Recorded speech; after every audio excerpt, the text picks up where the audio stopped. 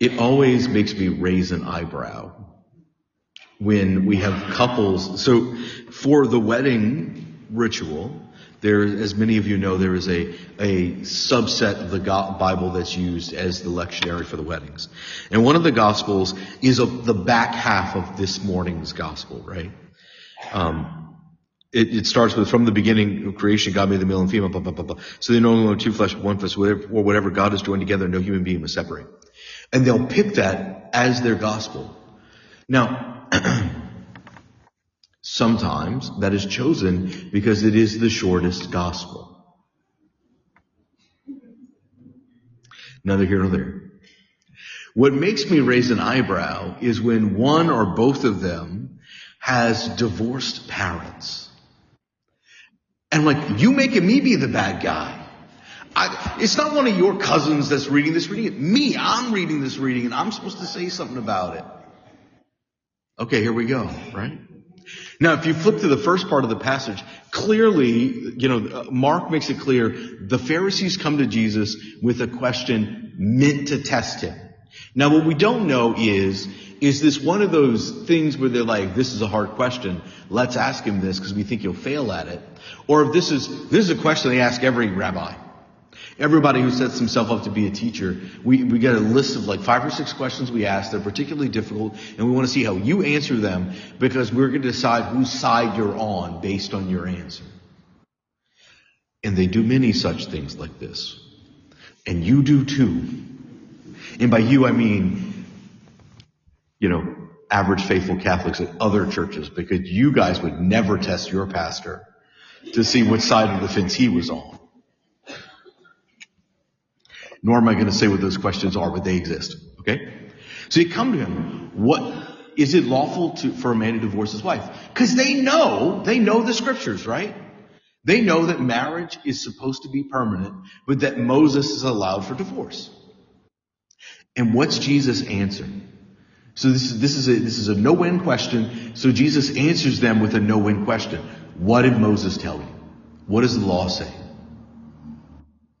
And it said Moses allows a man to present his wife with a bill of divorce. He says, yes, he does. It was because of your hardness of heart.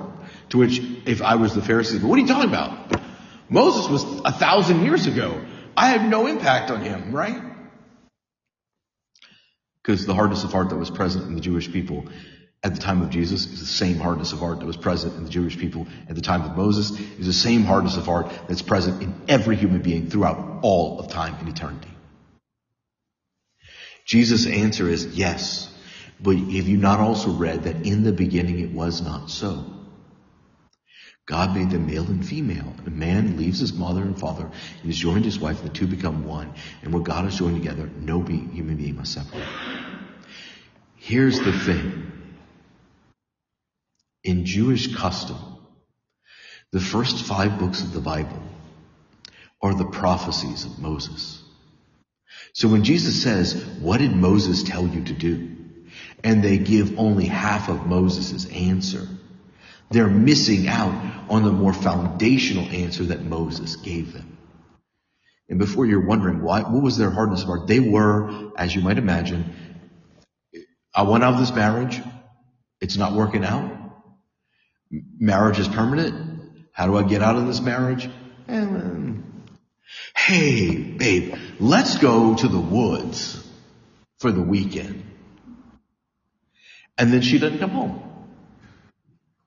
Which is the most sanitized way I can think to say that. And then he would happily marry another person. And Moses is like, okay, y'all, let's not do that. I'm going to give you an alternative. It's not great. You should avoid it. But what you're choosing to do is way, way worse. In my line of work, I'm often counseling people, hey, don't play that game. If the other party is not willing to do the things that need to be healthy, don't play that game. Or know that you're signing up for it's not impossible, it's just difficult. But you're dating a person, you're married to a person who's violent to you, don't play that game.